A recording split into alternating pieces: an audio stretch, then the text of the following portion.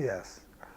Let me say that the Institute also has a college called the Nigerian College of Forensics and Fraud Investigators. So that is the hatchery. And as we speak, the college is domiciled in the EFCC Academy. That's where we hold all our trainings.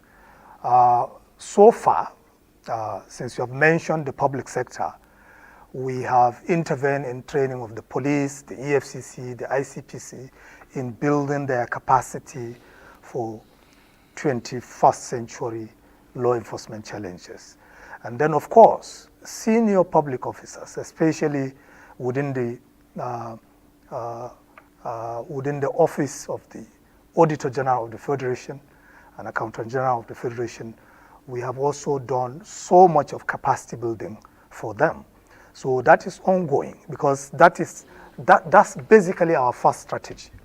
Engage the critical drivers and managers of public financial management in upgrading their skills to ensuring that they are equipped to meet the challenges of modern technology in one hand, and at the same time also the practical realities of the evolving of regulations and changes in laws that happens within the financial landscape.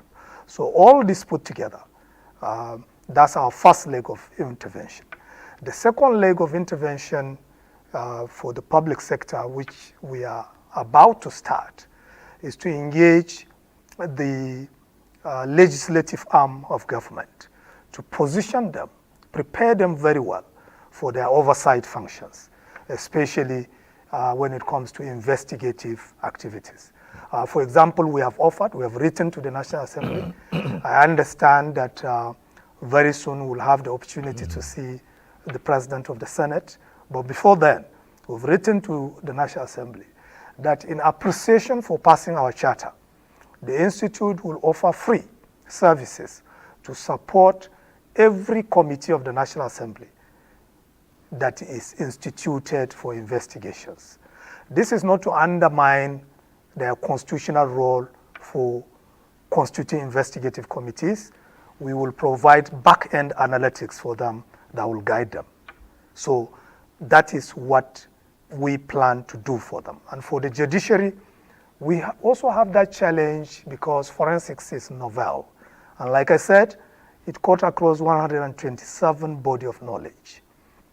Now, even our judges, the judiciary, we need to also prepare them to understand the evolution of forensic, to understand how to deal with forensic cases, to understand the protocols of administering forensic evidence in courts, so that we will have faster and speedier adjudication on our cases.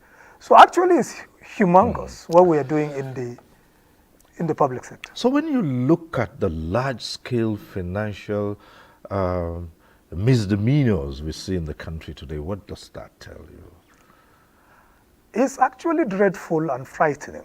For example, recently I had the privilege of paying a courtesy call to His Excellency Atiku Bagudu, the Commissioner for the Minister of Budget and Economic Planning. And I expressed to him that in my view, the case of Binance was an economic sabotage. And that is why institute like ours is very, very important to make sure that we take steps working with relevant federal government agencies to build capacity to make sure that we forestall issues like that. And I'm happy to state here that we are getting positive signal from them, that we're going to work together to see that we conduct joint studies in this area so that we will be able to understand the typologies of how these kind of things happen and forestall it. And then again, when you look at the landscape of technology, we've seen the amazing growth of fintechs. Now we have a lot of unicorns in Nigeria. We have maybe about 5, and very soon it will be probably about 7. Now, would unicorns all in the tech space? What that means also is that we need to work together with them to safeguard the tech ecosystem, because all transactions now are technology based and even government transactions are all driven by technology. So this is very important both for the private and the public sector.